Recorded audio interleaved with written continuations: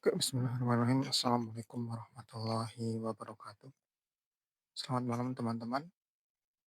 Alhamdulillah hari ini kita bisa ketemu pada pelajaran TIK. Pada hari ini akan membahas komponen utama pada sebuah komputer.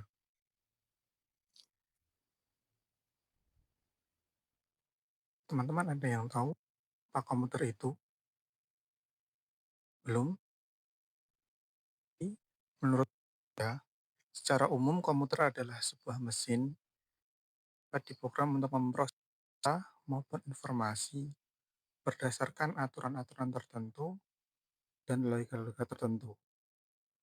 Jadi, bisa dibilang hampir semua barang elektronik yang kita miliki bisa disebut sebagai komputer.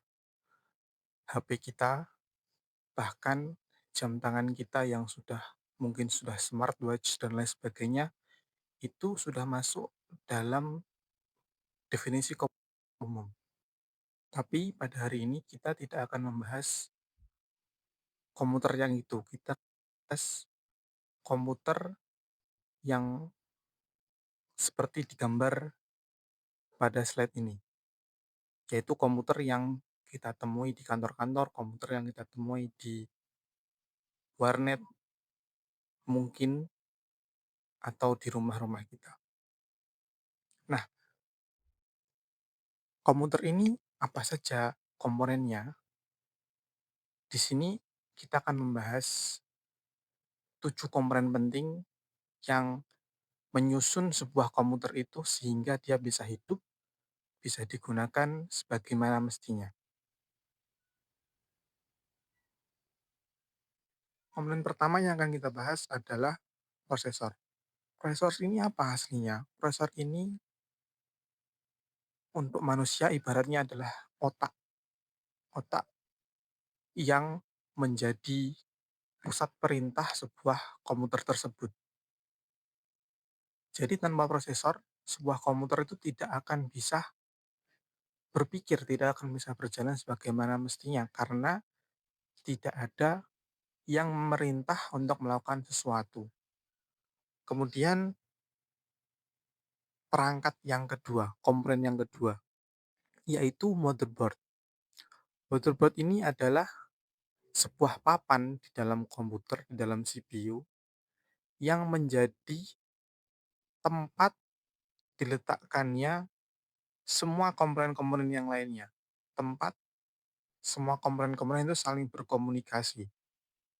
Jadi nanti ada yang namanya prosesor ditaruh di motherboard, dan namanya RAM ditaruh di motherboard, ada kartu grafis dan lain sebagainya, semuanya akan ditaruh pada satu muara, satu tempat, yaitu di motherboard tersebut.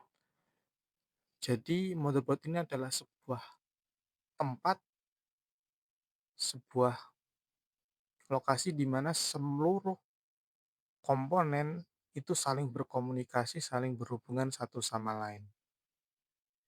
Kemudian kita lanjut ke komponen ketiga, yaitu RAM.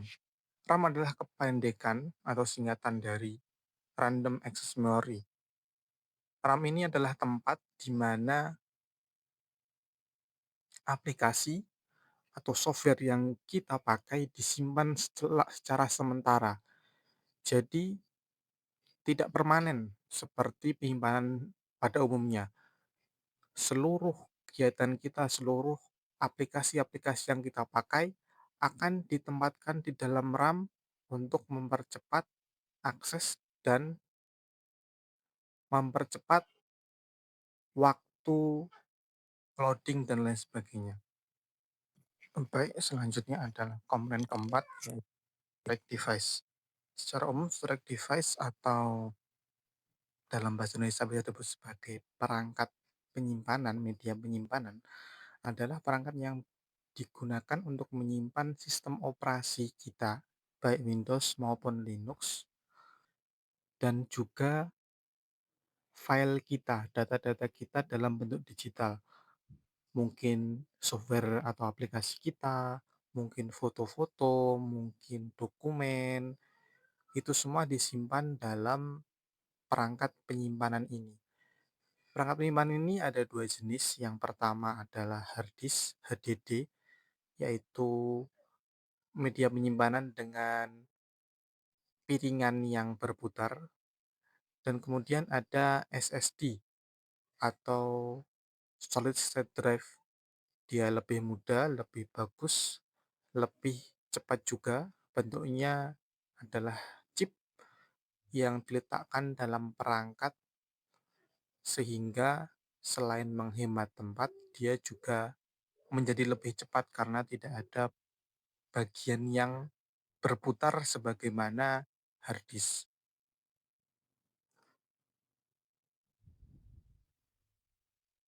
Kemudian komponen kelima adalah VGA atau Visual Graphic Array.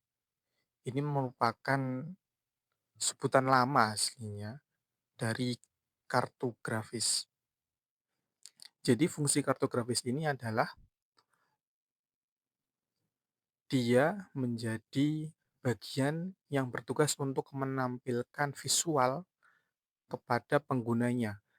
Jadi kartu grafis ini nanti akan dicolok ke monitor supaya monitor nanti bisa menampilkan tampilan yang bisa dipakai oleh pengguna secara mudah. Kemudian komponen yang selanjutnya yaitu PSU atau Power Supply Unit. Jadi komponen ini tugasnya adalah sebagai penyuplai daya untuk seluruh komponen-komponen lain daripada komputer tersebut. Jadi PSU ini selain tugasnya sebagai penyuplai daya, dia juga bertugas untuk mengubah daya dari colokan listrik yang bentuknya adalah AC, yang bentuknya arus bolak-balik menjadi DC. Karena komponen komputer itu berjalan menggunakan arus DC. Saat langsung disuplai arus AC, maka arus tersebut bisa dan berpotensi merusak seluruh komponen komputer tersebut. Kemudian komponen penting terakhir pada sebuah komputer adalah cache dan pendingin.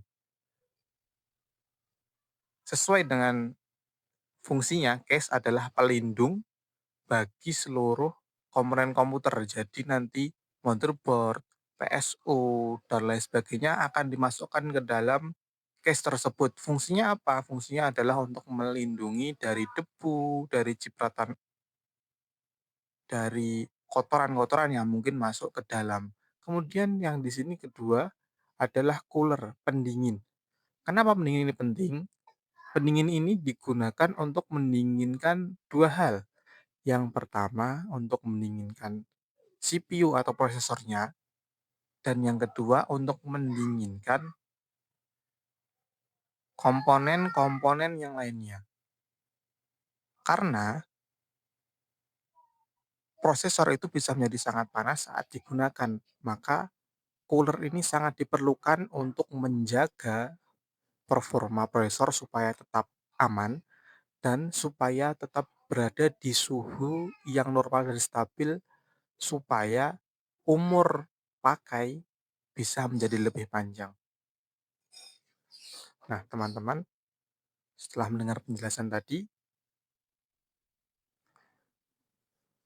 tentu kita harusnya sudah paham. Yang pertama bahwa komputer itu ternyata ada beberapa komponen penting yang harus ada, yang harus terwujud di dalamnya supaya dia bisa berjalan dengan normal.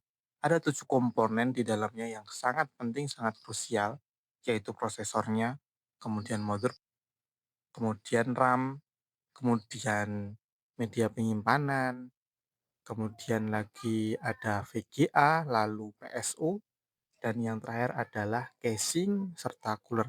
Semua komponen ini harus ada supaya komputer bisa dipakai secara optimal, dipakai dengan maksimal tanpa adanya penurunan performa atau mungkin gangguan yang bisa menyebabkan rusaknya komponen-komponen tersebut. Mungkin cukup untuk pelajaran pada hari ini. Jika ada salahnya, saya mohon maaf yang sebesar-besarnya. Sekian dari saya. Wassalamualaikum warahmatullahi wabarakatuh.